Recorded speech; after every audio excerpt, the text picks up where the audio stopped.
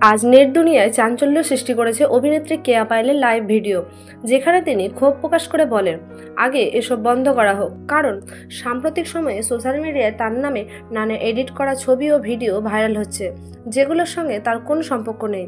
কেয়া পায়েল বলেন, আমি একজন শিল্পী, আমার কাজ অভিনয় করা, কিন্তু প্রতিদিন দেখছি আমার মুখ বসে অশালীন ছবি তৈরি করা হচ্ছে। এটা শুধু লজ্জাজনক নয়, বরং সমাজের জন্য বিপজ্জনক।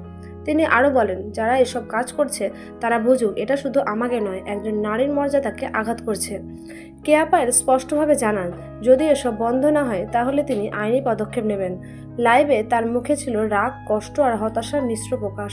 তিনি সবাইকে আহ্বান জানান, দয়া করে যাচাই না করে কোনো ছবি বা ভিডিও শেয়ার করবেন না, কারণ আজ যদি আমার হয়, কাল সেটা আপনারও কারো হতে পারে।